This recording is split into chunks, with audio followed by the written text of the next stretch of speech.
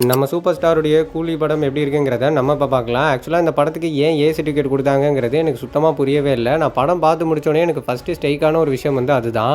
ஆக்சுவலாக இந்த படத்துக்கு அவங்க ஏ சர்டிஃபிகேட் கொடுத்ததுக்கான ரீசனை என்ன சொல்கிறாங்கன்னா, இந்த படத்தில் வைலன்ஸ் அதிகமாக இருக்குது, அதனால மட்டும் தான் நாங்கள் ஏ சர்டிஃபிகேட் கொடுத்தோன்ற மாதிரி சொல்கிறாங்க. இந்த படத்தில் வைலன்ஸ் இருக்குதா, பட் ஆனால் அந்தளவுக்கு பயங்கர ப்ரூட்டலான வைலன்ஸ்லாம் ஒன்றுமே கிடையாது. ஸோ அது மட்டும் இல்லாமல் இந்த படத்தில் செக்ஷுவல் கண்டென்ட்டும் சுத்தமாக கிடையாது. அப்படி இருக்கிறப்ப ஏன்டா இந்த படத்துக்கு ஏ சர்டிஃபிகேட்னு நம்ம யோசிச்சு பார்த்தோம்னா, நம்ம ட்ரெய்லரில் வந்து ஒரு சேரை பார்த்துருப்போம். அந்த சேரை பார்த்துட்டு எல்லாரும் என்ன சொன்னாங்கன்னா, இது டைம் ட்ராவல் சேர் அது இதுன்னு சொல்லிட்டு ஒரே கதையாக கட்டிட்டு கிடந்தானுங்க.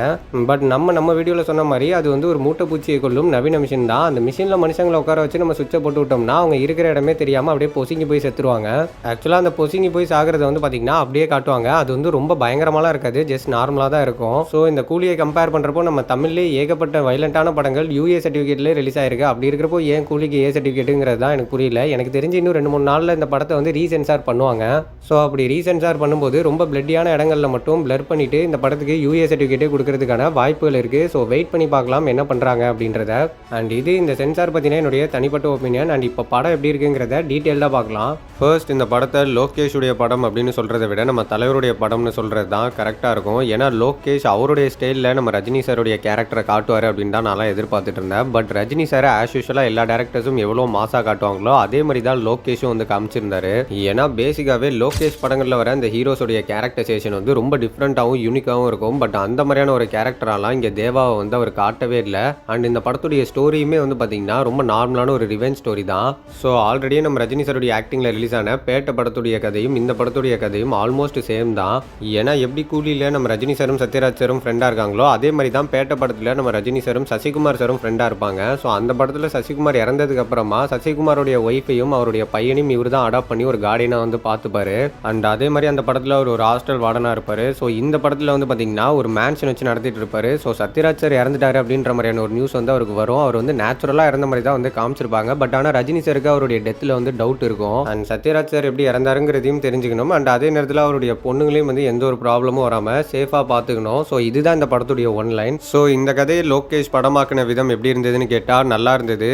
ஸோ ஃபஸ்ட் ஹாஃப்லாம் வந்து பார்த்தீங்கன்னா ஃபாஸ்ட்டாகவே போகும். இன்ட்ரோல் பிளாக்லாம் செம்மையாகவே முடிச்சிருப்பாங்க. செகண்ட் ஹாஃபை பொறுத்த வரைக்கும் ட்விஸ்ட் மேலே ட்விஸ்ட் வந்து வந்துக்கிட்டே இருக்கும். இதெல்லாம் பார்க்கும்போது நம்ம மைண்ட் எங்கே போகும்னா, இது எப்படியோ கடைசியாக போய் பேங்கராக முடிய போகுது அப்படின்ற மாதிரியான ஒரு தாட் தான் நமக்குள்ளே வரும். அண்ட் அதுக்கு ஏற்ற மாதிரியே இவங்க வந்து கிளைமேக்ஸையும் செம்மையாக தான் முடிச்சிருப்பாங்க. பட் இருந்தாலும் படம் பார்த்துட்டு வெளியில் வர்றப்போ ஏதோ ஒன்று குறையுது அப்படின்ற மாதிரியான ஒரு ஃபீல் தான் நமக்குள்ளெல்லாம் வரும். ஆக்சுவலாக இந்த மாதிரியான ஃபீல் வந்து நமக்குள்ளே வரதுக்கான காரணம் என்னென்னா, இந்த படத்தில் அந்த வில்லன் கேரக்டர் வந்து பார்த்தீங்கன்னா ஸ்ட்ராங்காக இல்லை, அதுதான் உண்மை.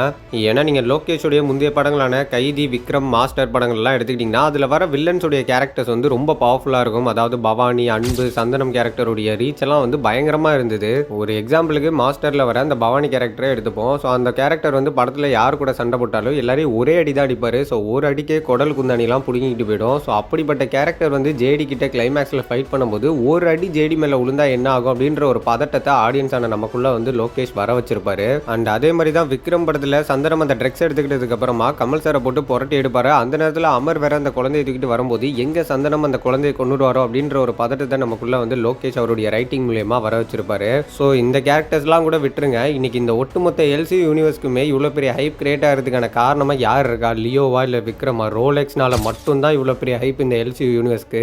வெறும் 5 நிமிஷம் தான் அந்த கேரக்டர் அந்த படத்திலே வரும். ஸோ வந்த உடனே தன்னுடைய சரக்கை சரியா பார்த்துக்க முடியாம போன தன்னோட ஆள் தலையை வந்து வெட்டி போட்டுருவாரு. ஒரு கண்டெய்னரை மிஸ் பண்ண தன்னோட ஆளுக்கே இந்த நிலைமை அப்படின்றப்போ ஸோ டன் கணக்கில் தன்னுடைய சரக்கு காணாமல் போக காரணமாக இருந்த அமர், டில்லி, விக்ரம்லாம் கையில் மாட்டினா என்ன ஆகும் அப்படின்ற ஒரு எக்ஸ்பெக்டேஷன் நமக்கு கிரியேட் ஆகுறதுனால மட்டும்தான் இந்த எல்சியூக்கு வந்து இவ்வளோ பெரிய ஹைப்பு. ஸோ ஒரு கேமியோ கேரக்டரே இவ்வளோ பவர்ஃபுல்லாக காமிக்க முடிஞ்ச லோகேஷ் கனகராஜால லியோ படத்துலையும் சரி இந்த கூலி படத்துலையும் சரி மெயின் வில்லன் கேரக்டர்ஸையே சரியாக காட்ட முடியல. ஏன்னா லியோவில் வந்து அரல்டு தாஸ், ஆண்டனி தாஸ் கேரக்டர்ஸ் பற்றிலாம் நமக்கு நல்லாவே தெரியும். 2 கேரக்டருக்குமே பெருசாக கேரக்டரைசேஷன் கிடையாது. ஸோ ஸ்க்ரீன் டைமும் சுத்தமாக கிடையாது. பட் இங்கே சைமன் கேரக்டரை மாசா காட்டுறதுக்கான எல்லா பொட்டன்ஷியலும் இருந்துமே லோகேஷ் வந்து மிஸ் பண்ணிட்டாரு. ஆக்சுவலா நாகார்ஜுனா சாரை பொறுத்த வரைக்கும் மனுஷன் பயங்கர ஸ்டைலா இருந்தாரு. அவருடைய லுக்கா இருக்கட்டும், அவருடைய காஸ்டியூம், அவருடைய ஸ்கிரீன் பிரசன்ஸ், ஆக்டிங் எல்லாமே வெறித்தனமா இருந்தது. அவரை எங்கேயுமே பார்த்தா ஒரு 65 வயசு ஆள் மாதிரிலாம் தெரியவே இல்லை. மேபி இன் ஃபியூச்சர் லோகேஷ் வந்து அவரையே தனி லீடா வச்சு ஒரு படமே பண்ணலாம். ஸோ அந்த அளவுக்கு அந்த மனுஷன் அவருடைய ஆக்டிங் மூலியமா அந்த கேரக்டருக்கு உயிர் கொடுக்குறாரு. பட் லோகேஷோடைய சைட்ல இருந்து ரைட்டிங் பெருசா இல்லை. ஏன்னா இந்த படத்துல நம்ம மைண்ட்ல ரிஜிஸ்டர் ஆகிற மாதிரி சைமன் கேரக்டருக்கு ஒரு சீன் கூட வந்து பாத்தீங்கன்னா நச்சுன்னு வைக்கவே இல்லை. அதுதான் இந்த படத்துடைய ஒரு பெரிய மைனஸ். மைனஸ். அண்ட் உபேந்திரா சாருடைய கேரக்டரை பொறுத்த வரைக்கும் அவர் வந்து ஒரு கேமியோ ரோல் தான் பண்ணியிருக்காரு. ஸோ ஜெயிலரில் சிவராஜ்குமார் சாருக்கு ஆடியன்ஸ் எந்த மாதிரியான ஒரு ரெஸ்பான்ஸை கொடுத்தாங்களோ அதே மாதிரியான ஒரு ரெஸ்பான்ஸ் தான் உபேந்திரா சாருடைய கேமியோக்கும் வந்துட்டு இருக்கு. அண்ட் சத்யராஜ் சாருடைய கேரக்டரை பொறுத்த வரைக்கும் ஹார்ட் ஆஃப் த ஸ்டோரியா அவருடைய கேரக்டர் தான். ஸோ அவரால் தான் இந்த மொத்த கதையுமே வந்து நடக்கிற மாதிரி காட்டுவாங்க. அவருடைய கேரக்டரில் இருக்கக்கூடிய ஒரு சின்ன குறை என்னன்னா அவருக்கு இன்னும் ரஜினி சாரோட காம்பினேஷன் சீன்ஸ் வந்து வச்சிருந்தா நல்லா இருந்திருக்கும்னு தோணுச்சு. அண்ட் ஸ்ருதிஹாசனுடைய கேரக்டரை பொறுத்த வரைக்கும் ரொம்ப சூப்பராக நடிச்சிருந்தாங்க. உங்களுக்கு மெஜாரிட்டியாக இந்த படத்தில் நிறைய எமோஷனல் சீன்ஸ் தான் வந்து கொடுத்துருந்தாங்க. அந்த எமோஷனல் சீன்ஸ்லையுமே வந்து பார்த்தீங்கன்னா அவங்க கலக்கிட்டாங்கன்னு தான் சொல்லணும். ஓவர் ஆக்டிங்லாம் எங்கேயுமே பண்ணலை. அண்ட் அவங்களுக்கு இந்த படத்தில் வாமா மின்னல் ரோல்லாம் கிடையாது. ஸோ அவங்களுடைய ரோலுமே ரொம்ப சூப்பராகவே இருக்கும். அண்ட் அதே மாதிரி அமீர் கான் சாருடைய கேமியோவும் நல்லா தான் இருந்தது. ஸோ அவருடைய தாகா பிஜிஎம் வந்து பார்த்தீங்கன்னா இப்போ சோஷியல் மீடியாவில் செம்ம வைரலாக போயிட்டு இருக்கு. ஆக்சுவலாக அமீர் கானுடைய கேமியோ இந்த படத்தில் எப்படி இருந்ததுன்னா ராவன் படத்தில் நம்ம ரஜினி சார் ஒரு கேமியோ பண்ணியிருப்பாரு. அப்போ ஷாருக் கான் ரஜினி சாரை பார்த்தோன்னு ஒரு ரியாக்ஷன் வந்து கொடுத்துருப்பாரு. அதே மாதிரியான ஒரு ரியாக்ஷனை தான் இங்கே அமீர் கானும் பண்ணுவார். ஸோ அந்த மாதிரி இந்த கேமியோவுமே வந்து பார்க்கறதுக்கு ஒரு மாதிரி ஜாலியாக தான் இருந்தது. அண்ட் அனிருத்துடைய பேக்ரவுண்ட் ஸ்கோர் பொறுத்த வரைக்கும் அனிருத்துடைய பேக்ரவுண்ட் ஸ்கோர் தான் இந்த படத்துடைய ஒரு பேக் போன்னே சொல்லி ஆகணும். அந்த பேக் போனுமே வந்து பார்த்தீங்கன்னா ஒரு சில இடங்கள்ல வீக்காக தான் இருந்தது. குறிப்பாக சொல்லணும்னா ப்ரீ கிளைமேக்ஸில் மேன்ஷன் ஃபைட் ஒன்று வரும். அந்த ஃபைட்டில் ஃபைட் கொரியோகிராஃபி, கேமரா ஒர்க்கு, ஆக்டர்ஸுடைய ஸ்க்ரீன் ப்ரெசன்ஸ்னு சொல்லிட்டு எல்லாமே பயங்கரமாக இருக்கும். பட் அனிருத்துடைய பிஜிஎம் மட்டும்தான் அந்த ஃபைட்டுக்கு வந்து பார்த்தீங்கன்னா சுத்தமாக ஒட்டவே ஒட்டாது. சரி பிஜிஎம் தான் ஒட்டலை, லோகேஷோடைய ஸ்டைலில் வந்து அவர் ஒரு ரெட்ரோ சாங் யூஸ் பண்ணுவார் இல்லையா படத்துக்கு படம், அந்த மாதிரி இந்த படத்துலையுமே அந்த ஃபைட் சீன் அப்போ ஒரு ரெட்ரோ சாங் வந்து யூஸ் பண்ணியிருப்பாரு. அந்த சாங்குமே வந்து பார்த்தீங்கன்னா பாதியிலே ஆஃப் பண்ணிடுவாங்க. அதுவுமே வந்து ஃபைட்டுக்கு வந்து சுத்தமாக ஒட்டாத மாதிரி தான் இருக்கும். அண்ட் அதே மாதிரி சைமன் கேரக்டருக்கு ஒரு பேக்ரவுண்ட் ஸ்கோர் போட்டிருப்பாரு. ஆக்சுவலாக அதை தேட்டரில் கேட்கும்போது எனக்கு நல்லாவே ஃபீல் ஆச்சு. ஸோ எந்திரன் படத்தில் 2.0 சிட்டிக்கு நம்ம ஏஆர் ரஹ்மான் சார் போட்ட அந்த பிஜிஎம் அப்படியே ஆல்டர் பண்ணி சைமனுக்கு இங்கே அனிருத் வந்து சொருவி விட்டுருப்பாரு. ஸோ இந்த மாதிரி ஒரு சில இடங்களில் அனிருத்துடைய வேலைப்பாடுகள் வந்து சுமாராக தான் இருந்தது. இந்த படத்திலே வந்து பார்த்தீங்கன்னா ரஜினி சாருக்கு அடுத்தபடியாக ஒரு கேரக்டர் வந்து பயங்கரமாக இருந்தது அப்படின்னா அது ஷௌபின் சாகிரோடைய கேரக்டர் தான். ஆக்சுவலாக இந்த தயால் கேரக்டரை படத்துடைய செகண்ட் ஹீரோ அண்ட் ஃபர்ஸ்ட் வில்லன்னு தான் சொல்லணும். ஸோ மனுஷன் வந்து அவருடைய கேரக்டரில் கலக்கிட்டாரு.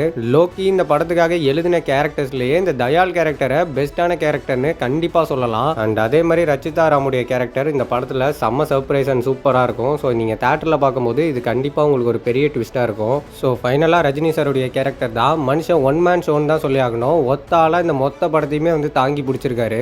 நம்ம வேட்டையன் ஜெயிலரில் பார்த்ததை விடவே அவருடைய energy level and performance level வந்து ரொம்ப நல்லா இருந்தது. அதுலேயும் குறிப்பாக கிளைமேக்ஸில் வந்துட்டு ஒரு 3 நிமிஷம் லென்த்தி டைலாக், ஒரு எமோஷனல் டைலாக் வந்து பேசியிருப்பாரு. அந்த சீன்லலாம் அவருடைய ஆக்டிங் ரொம்ப நல்லா இருந்தது. அண்ட் ஓவராலாக இந்த மொத்த படத்துலையுமே பயங்கர பேங்கரான மொமெண்ட் அப்படின்னா அது அந்த ஃப்ளாஷ்பேக் போர்ஷன் தான். இப்போ எப்படி நிலமை ஆகிப்போச்சுன்னா, ஸோ போன படத்தில் லோகேஷ் கிட்ட எல்லாரும் சொன்ன ஒரு விஷயம் வந்து ஏன்டா ஃப்ளாஷ்பேக் வச்ச, இந்த ஃப்ளாஷ்பேக் வச்சதுக்கு நீ வைக்காமே இருந்திருக்கலாமேடான்ற மாதிரி சொன்னாங்க.